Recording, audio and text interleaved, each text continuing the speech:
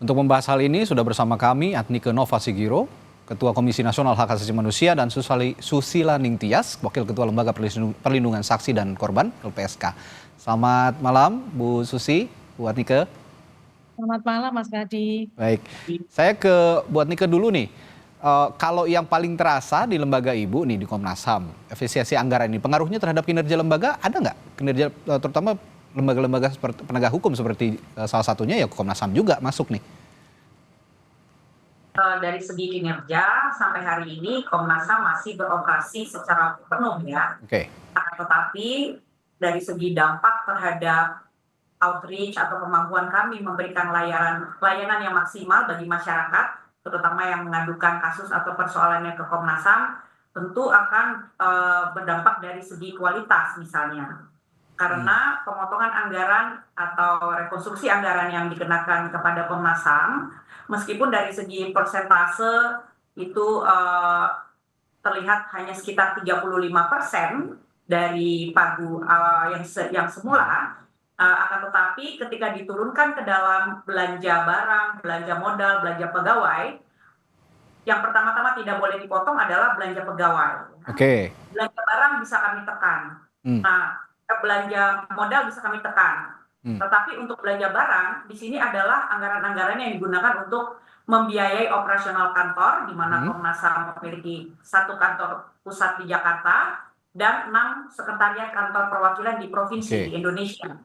Itu untuk membiayai kantor seperti listrik, komunikasi, APK, dan sebagainya.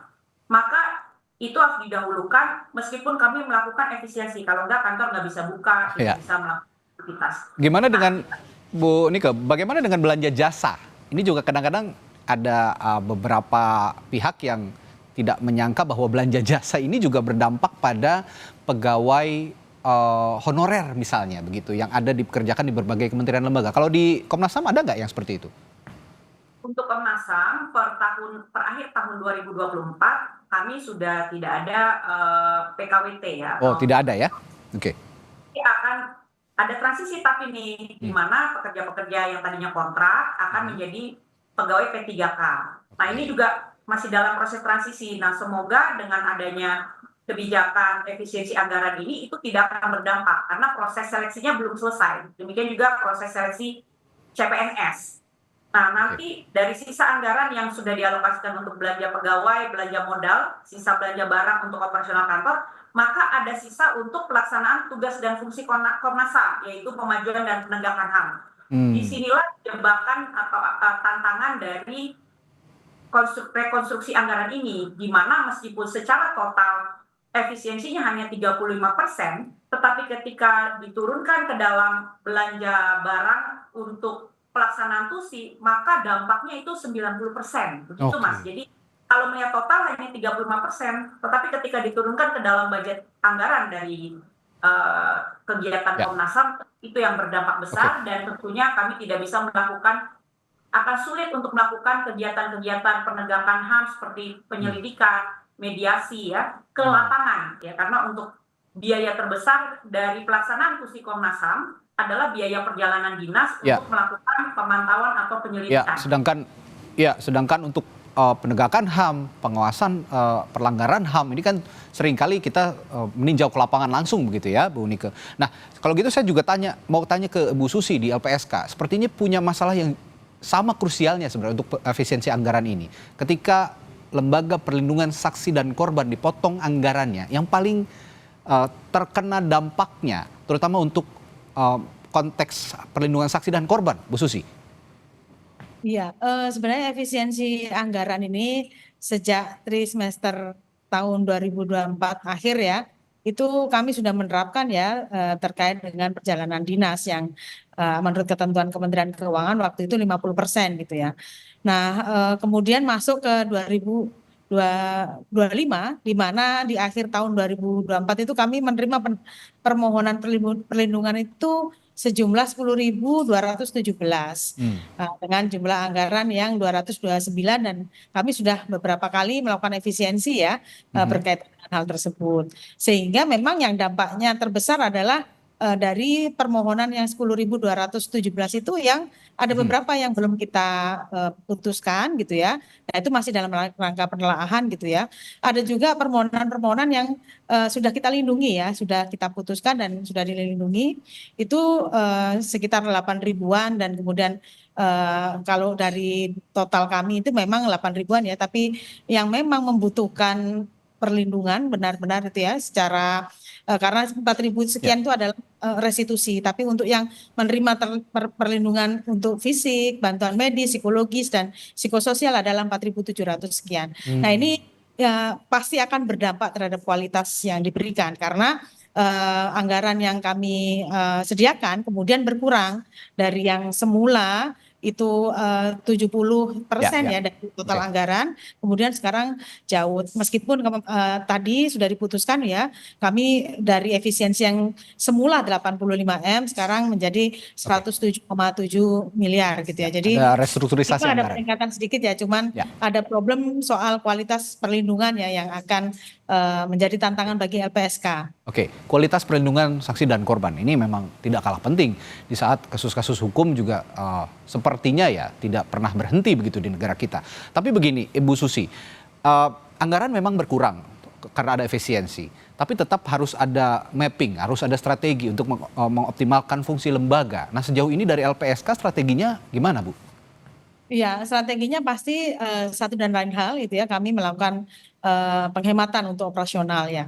Salah satunya adalah berkaitan dengan operasional kantor, misalnya kita memperketat jam kantor misalnya dan listrik kita minimalisir seperti itu. Oke. Termasuk penerapan work from anywhere gitu ya. Itu kami terapkan. Terus kemudian juga misalnya penggunaan ATK dan sebagainya ini kan kita sudah menggunakan paperless ya. Nah, ini makin ditingkatkan gitu paperless.